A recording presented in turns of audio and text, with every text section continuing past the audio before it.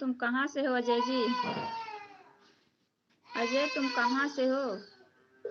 तुम्हें कमेंट वमेंट लिखने आता है कि नहीं जी? जिसके लाइव में जाते हो बस यही सब दिखते हैं आप।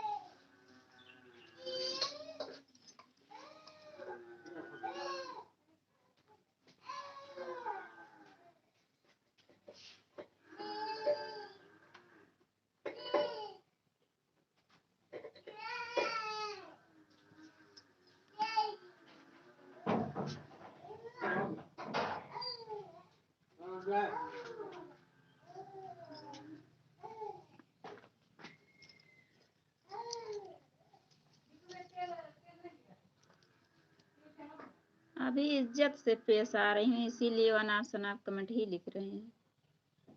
इसीलिए तभी से मैं इनको दिखा रही हूँ, कृपा करके अच्छे से ही कमेंट दीजिए। कौन से जिले से हो, कौन सी जगह से हो, क्या लिखना चाहिए क्या नहीं लिखना चाहिए।